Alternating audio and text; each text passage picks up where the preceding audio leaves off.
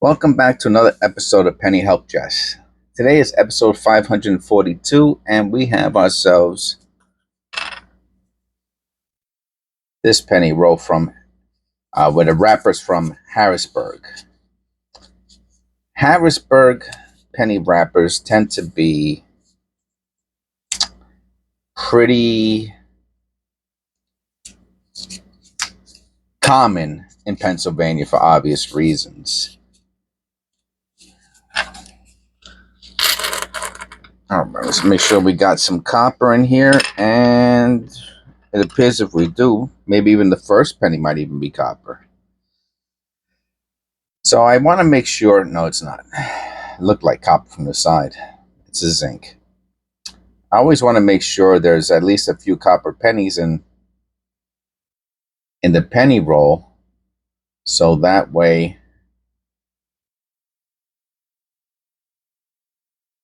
I know. Let me put this on pause for a second. I guess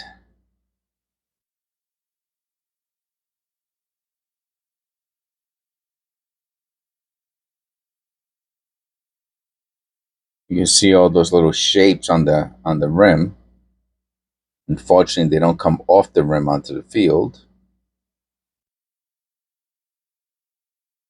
All right.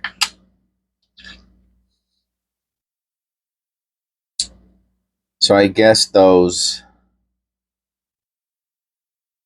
yeah, it looks like an extra V, right? But it's just, I think it's just a water spot.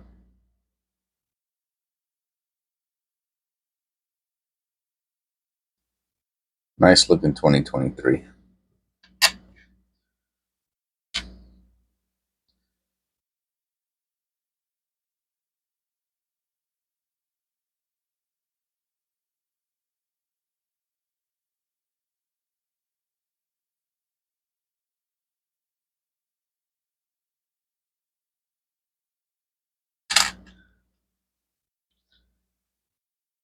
I mean, there's no mint in Harrisburg. I don't know what's there. I don't. What's it say?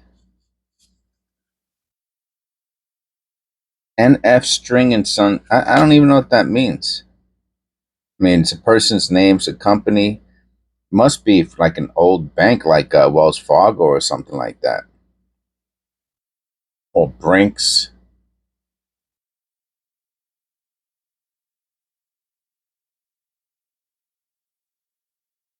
Bank of America. So maybe that's the place where they wrap up the pennies for Pennsylvania.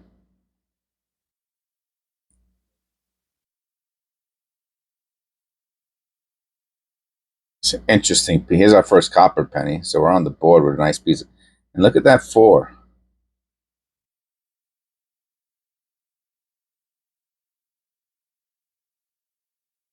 Is it a double die? Let me look at it under the loop.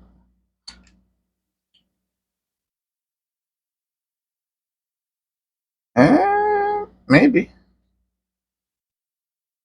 Of course, I'd like to see it someplace else. Yeah, the E in Liberty. Oh, that's a nice line going down the left side of the E in Liberty. I'll go a little closer. See the line right there? Might be a double die. So you got the little separation at the tip of the 4.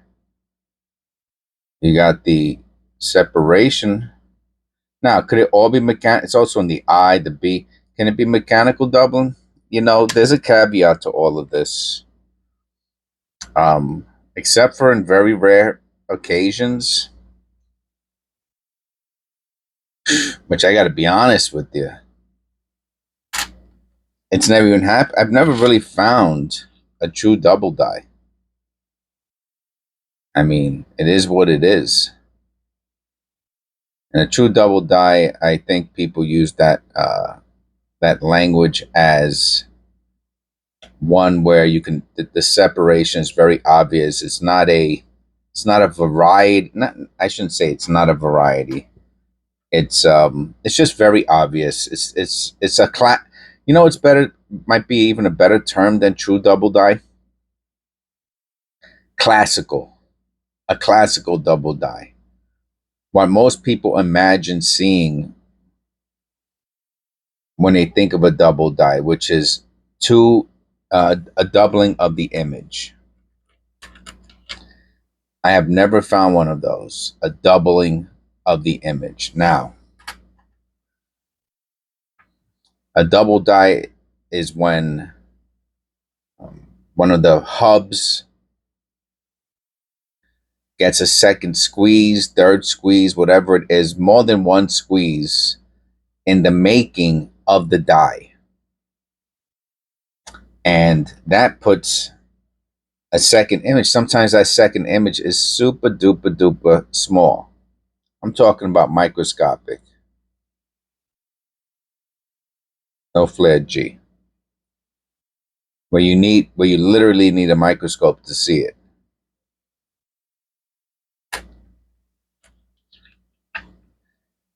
But it is a double die, and people have dedicated their lives to finding these, right?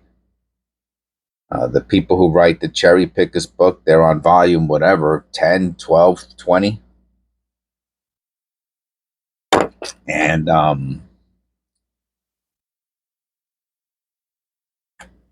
a lot of those doubles, as I understand it,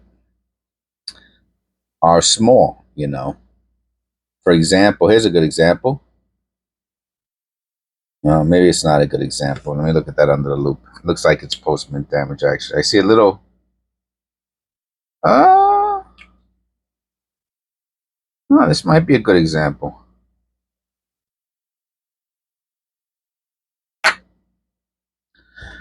So here on the shield, there's a little mark. I thought maybe it was a strike, but it's not. It's like you can tell it's like a little piece of the metal coming off.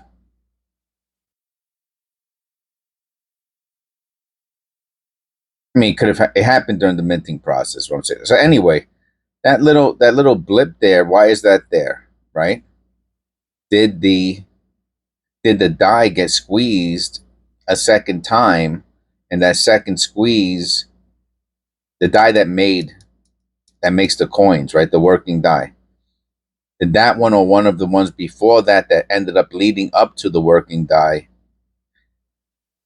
get squeezed more than once, where it made damage on the working die, and every time it made a coin, it made this little mark on the reverse, right? So technically, it would be considered a double die. The die is doubled.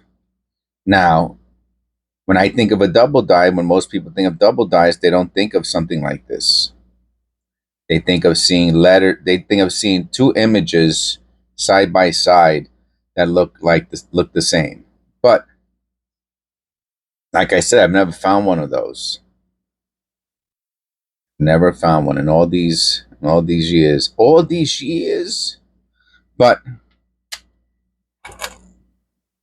we found that, right? And is that valuable? You know, my initial gut says that $5, right? But if it's in that Cherry Pickers guide and they say it's worth $100, and then I search for it and I find out that whatever FS blah blah blah blah blah is worth $100, and people are buying it for $100, then that's what it's worth.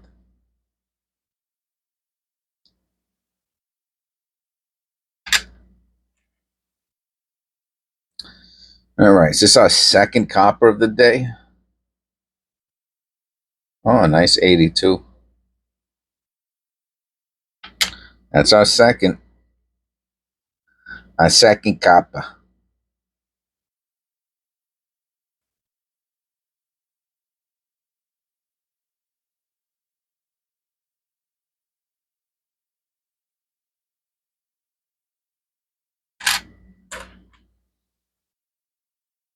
Oh, wow. Wow, wow, wow. That's unbelievable. That is unbelievable.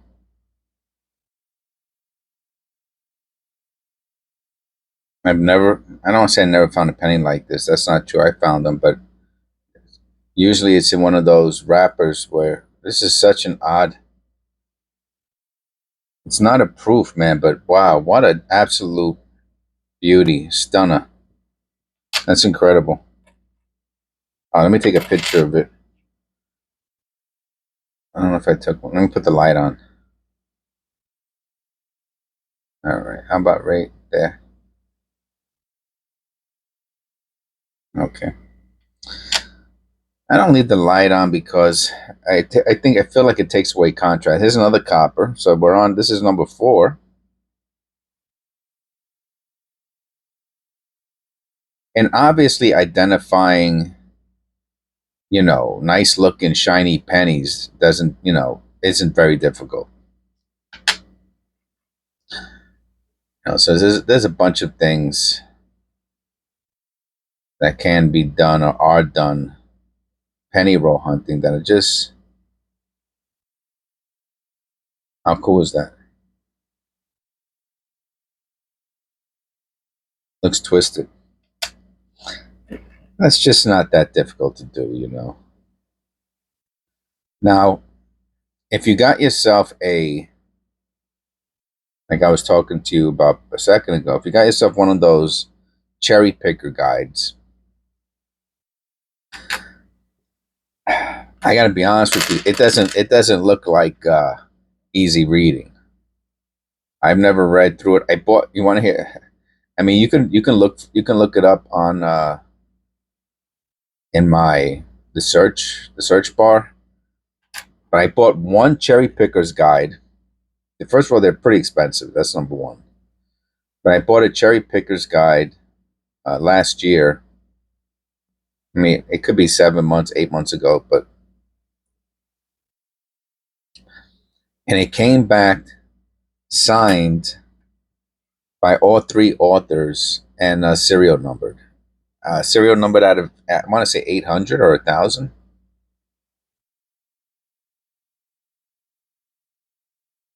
I'll make sure that looks like the extra V there, but it's got to be scratches. In case you saw it,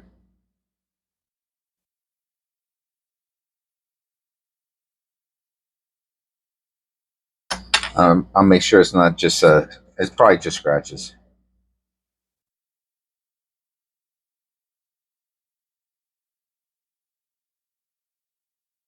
If it is the extra V, it's very, very light. It's right next to several scratches, and that's that. So I ended up not reading it. I have to decide if I want to get. I'm gonna get the autographs authenticated. I don't need to, but it's on a spiral book, so it's on the cover, so the page comes out. I have to unspiral the whole book and then respiral it together. And I can't remember actually if it's the first page or the second page with the where it has all their names and all that stuff, the copyrights. Could be on the. I hope it's on the second page. That way, the book stays.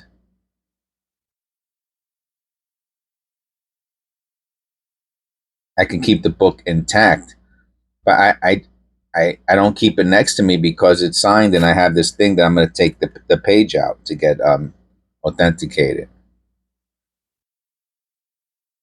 But I have looked inside of them. You can see a few of the pages on Amazon. They show you some, and the language, like I said, is not like it's not easy reading. But that's the challenge of numismatics is either you want to learn about it or you don't. Obviously you can learn much slower. I think my videos are a good entry level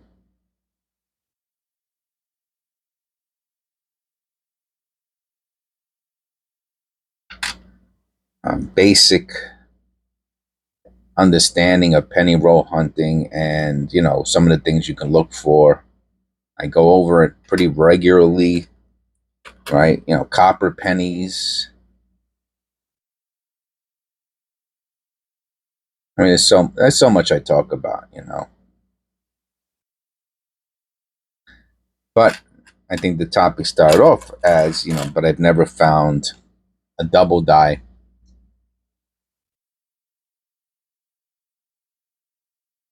And even though that's, you know, even though they're valuable, um, I've never really, I've never seen anyone find a double die either. You know, all these other channels where they do tons and tons and tons of penny roll hunting. Also, I've never seen, I'm sure there's probably one out there. It's probably viral.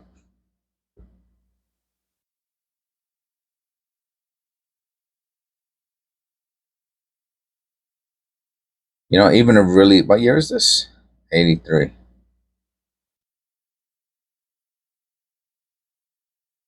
Yeah, you can see the bumps on the surface. That tells you it's zinc.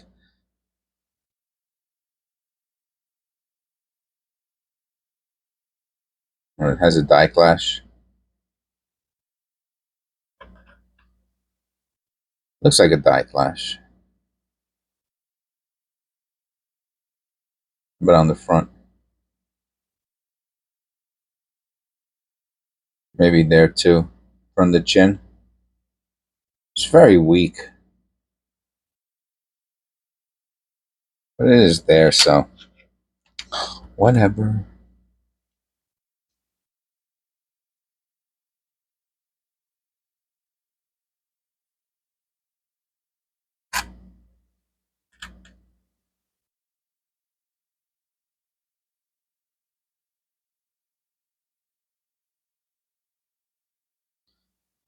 So 17 minutes, still going on first on the penny roll. And you know, it's something that I don't go over much. We got quite a few pennies left. So, you know, when I go onto a penny to look, right? Obviously I have 50 of them. So their time is a variable that I have to consider when doing a penny roll hunt, right? I don't want to, I really don't like them to go over, I'll be honest with you, 15 minutes. So we're already at 17. No white AM. You know, 20 minutes, 25, you know, it's really getting kind of long at that point. But I want to make sure I look over the whole entire penny. Can I do it quicker? I don't know. Right, we all have our limits and our speeds. Where once we go faster than that speed, we're very likely to not being identifying certain minute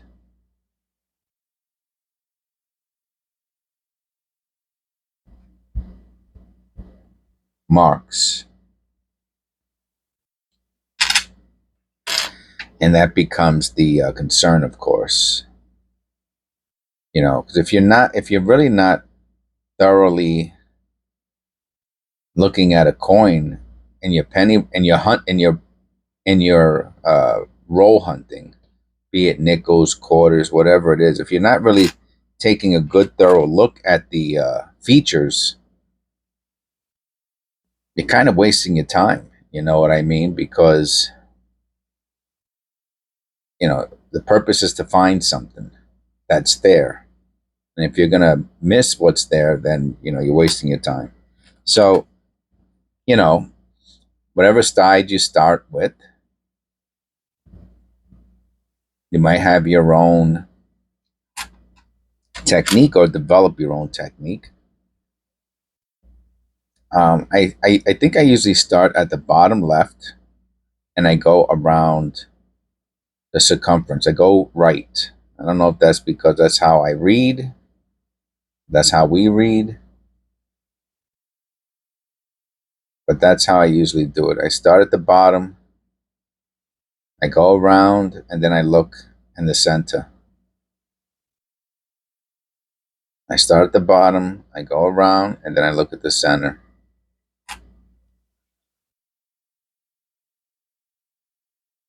I start at the bottom, I go around, I look at the date, I look at the motto going backwards, I look at the Liberty, then I look at the Lincoln, then I flip it over. I do the same thing. I look at 1 cent, I look at the United States of America, and then I look at the Lincoln Memorial. I don't always look at the edge. I am guilty of that. But if I see something odd on the rim, that will that's what I'm looking for. It will signal. It will react. It will make me look at the rim.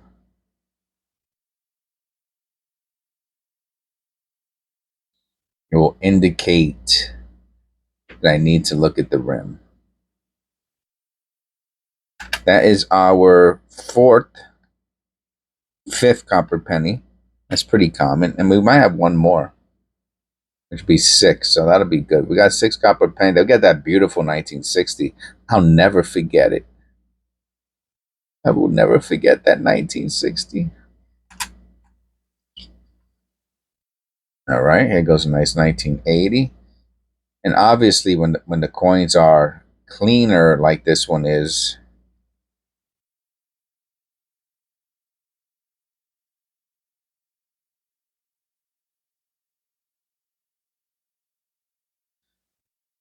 it makes it all that much easier.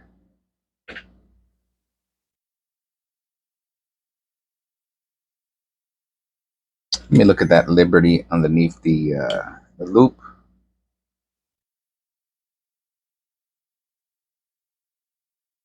Hard to say. Hard to say. The G has something sticking out the bottom. Now, what is that? Oh, look at this. Look at the trust.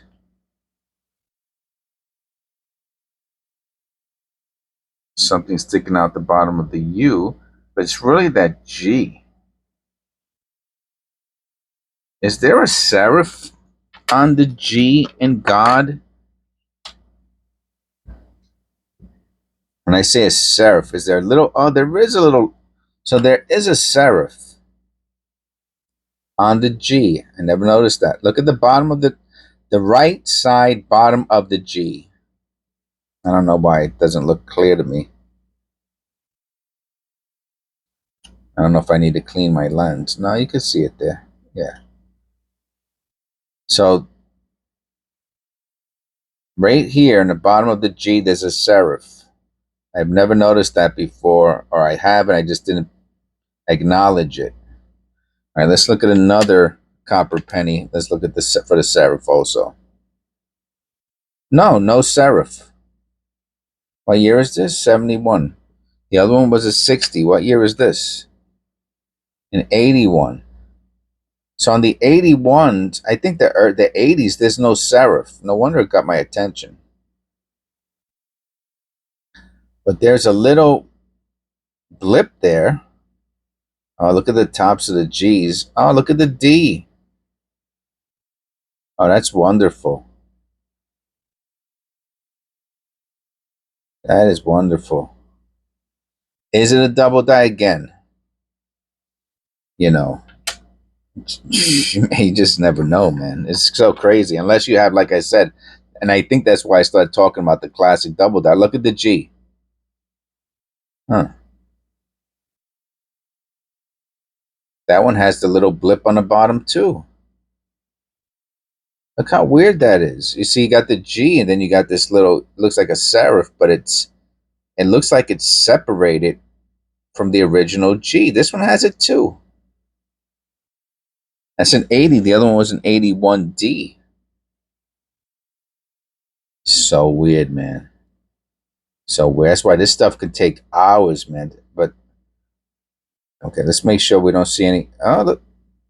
Did I pick up the same penny? Look at the U. How it has it, right? And the R. Did I just switch pennies? No. There goes that thing on a D, right? The blip on the G's there. I have to look at it.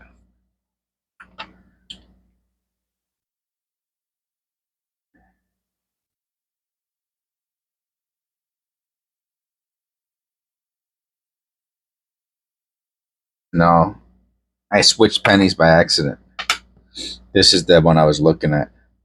That has the little thing on the G and then the little thing on the U. So that's the double die. And then I picked up this penny to compare, and I noticed this on it. Okay.